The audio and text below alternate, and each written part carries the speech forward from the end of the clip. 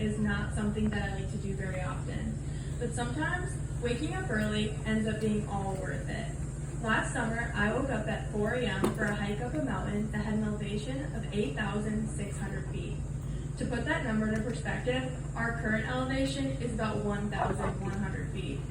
It wasn't easy to not hit snooze on that alarm, but I knew that the pain of waking up early would end up having a huge reward.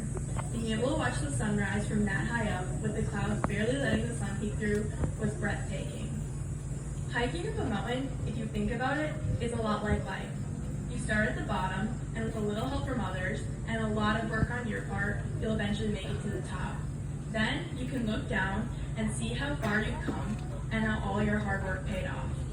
There will of course be a few bumps and obstacles along the way, but you'll make it eventually if you have the right supplies and equipment.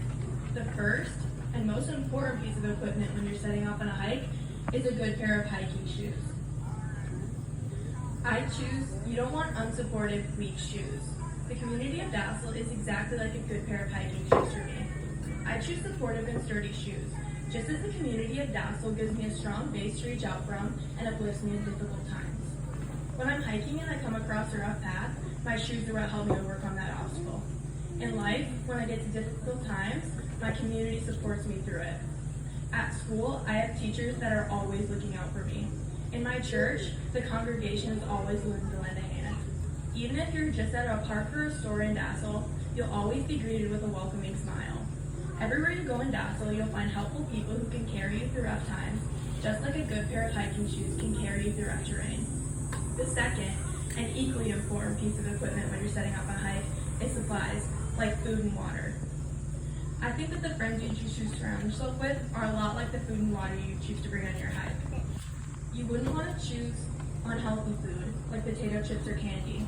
You also wouldn't want to choose people that won't support and motivate you properly either.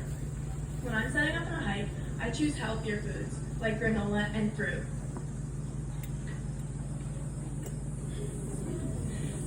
The same goes for the friends I choose.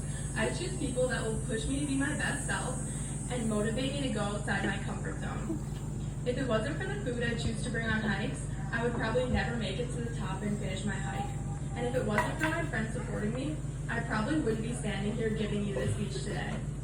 Like I said, hiking up a mountain is a lot like life. If you gather the right supplies and equipment, surround yourself with the right people, and persevere through difficult times, you'll have a successful hike and a great life. Just don't forget to find joy in the little things on the journey to the top of the mountain.